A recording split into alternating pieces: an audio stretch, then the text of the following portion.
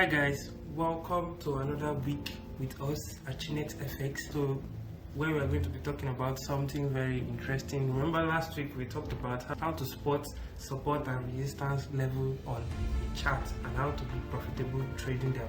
So this week we are going to be talking about another interesting topic. We are going to be talking about trend analysis. So we are going to be diving deep on how to identify different trends in the market and how to be profitable trading them. So guys, let's dive in.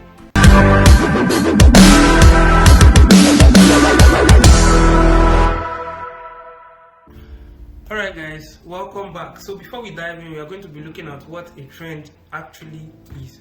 So a trend line is a straight line, just like I wrote here, that helps us visualize the trend on a price chart. So it's actually a straight line you draw in the market to help you, visualize or know the direction of the market.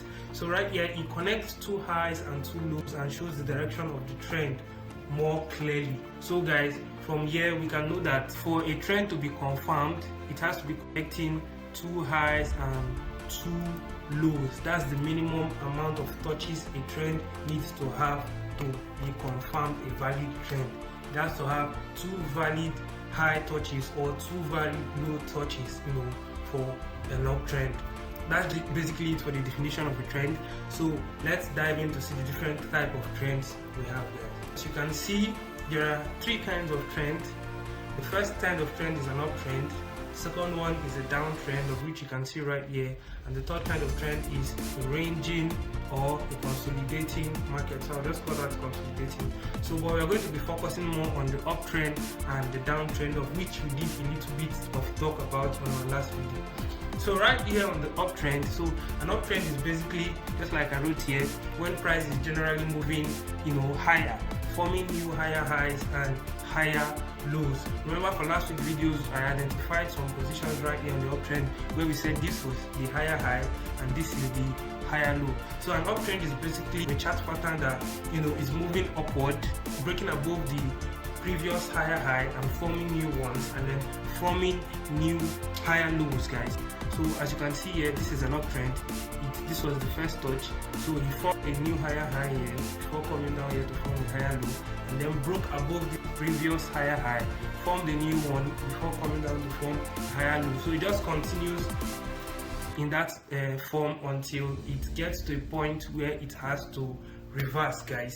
So the next kind of trend you are going to be looking out for is the downtrend. So a downtrend is basically a pattern in the market where price continues downward. So it's just generally price forming new lower lows and lower highs, guys. As you can see, we can consider this a lower high and consider this a lower low. So price just keeps breaking below the lower low and forming new lower lows and then new lower highs. Where we are more focused on for a downtrend is the lower highs, guys, because that's where we'll be selling from. And on an uptrend, we are more focused on the higher lows because that's where we will be buying from. Remember, you don't want to go against the market. So if your price is actually on an uptrend, you want to be doing more of buying than selling. And if price is actually on a downtrend, you want to be doing more of selling than buying, because that's the direction of the market. So the third and very last one we are going to be looking out for is the ranging or consolidating market. So the ranging market is actually, like I said from last week, the market or price pattern that is actually moving in between two zones, a high and a low, or a resistance level and a support level. So price is actually moving in between this resistance level or this support level. So price is just in between them. So as you can see here, we can consider this the first high, we can consider this the second high, and we can consider this the first low and the second low. So we can comfortably and certainly say that this pattern is on a range because price has formed a new high here and then came down to form a new low, went back to retest the previous high and then came down again to retest low. So we can comfortably take ourselves from here down to this low right here and we will take our profit. So that's basically it. We are going to be moving forward to identify these different price patterns in the chart, guys.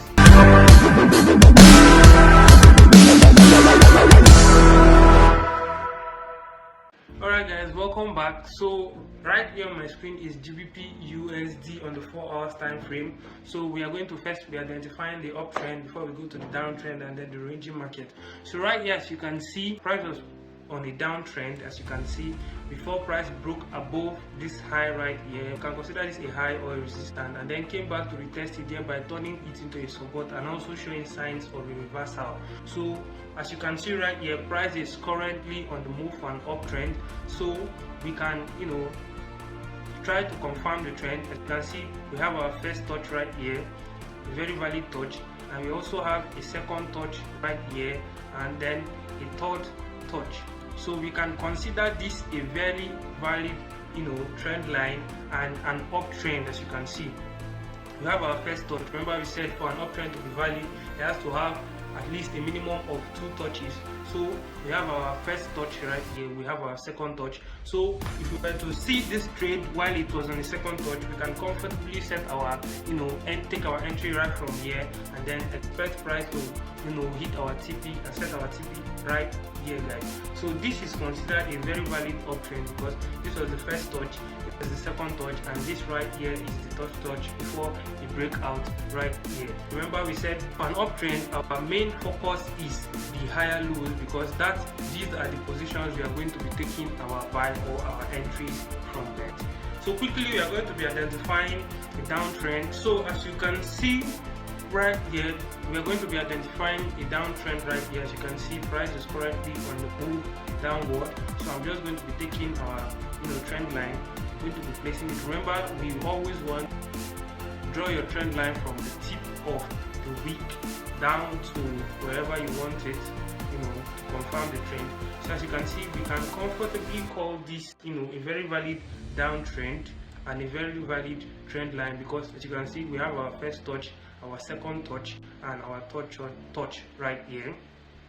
So we can confirm this as a very valid trend right here, very valid trend, because this was the first touch and this is the second touch. So if we were to see this price right here, we could comfortably take a sell from here. Remember, I said on a downtrend we want to be focusing on the lower highs. So this is a lower high, this is a lower low, this is a lower high, and this is also a lower low, this is a lower high. You don't want to go against the market, so you want to be focusing on the lower highs for a downtrend. So as you can see, this is the first lower high, and this confirms a trend downtrend, which is the second touch. This is the second lower high. So if we were to see this while price was going down, we could comfortably set our entry from here. We could take our entry for a sell right here, and then sell to the new lower low, guys.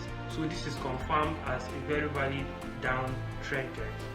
So quickly, guys, we are going to be moving over to identify a ranging market. So right here on GBP USD on the 4 hours time frame, we are looking right at a ranging market, guys. As you can see, this can be considered as a range because price is just dancing in between these two zones. Price is just consolidating in between these two zones. So I'm going to be picking a rectangle tool and I'm going to be marking out this zone right here. I'm going to be picking it again, marking out this support zone right here. So as you can see, this shows clearly the ranging market for GBP USD on the 4 hours time frame. Price is currently ranging in between these two zones. So we have multiple touches of this resistance and multiple touches of this support. So if we were to see this market while price was in, we could comfortably set our setting for a sell right here to this support zone, and then set it for a buy to this resistance zone. So price just keeps going back and forth in between these two zones.